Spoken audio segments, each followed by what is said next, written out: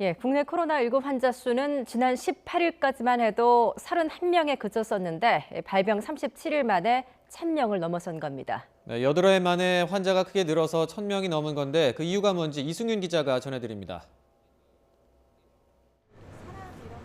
지난달 20일 첫 번째 환자 발생 이후 지난 18일까지는 해외 유입, 접촉자 중심의 환자가 다였습니다.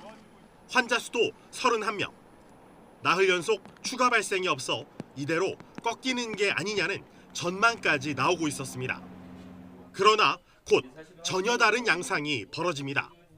신천지 대구교회 신도인 60대 여성이 31번 환자로 분류된 다음 날, 즉 19일을 기점으로 대구 지역에서 확진 환자가 쏟아져 나오기 시작합니다.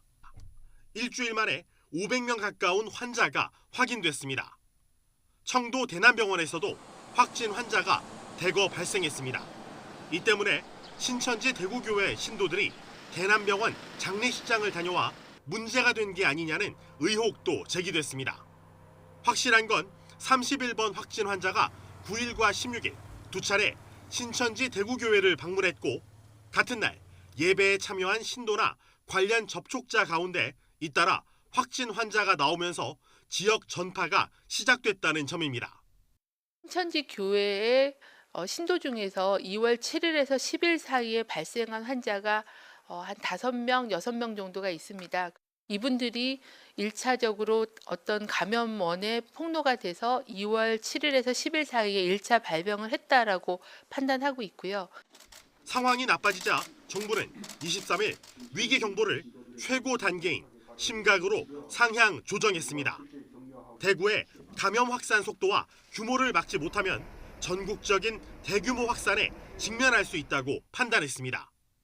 이 지역의 지역사회 전파를 효과적으로 차단하지 못한다면 향후 전국적 확산으로 발전할 가능성이 큰 상황입니다.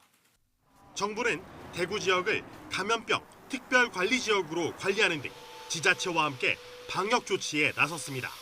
또 역학조사와 접촉자 격리를 중심으로 하는 방역 봉쇄망을 유지하면서 중증도에 맞는 진료 체계로 피해를 최소화하기 위해 고심하고 있습니다.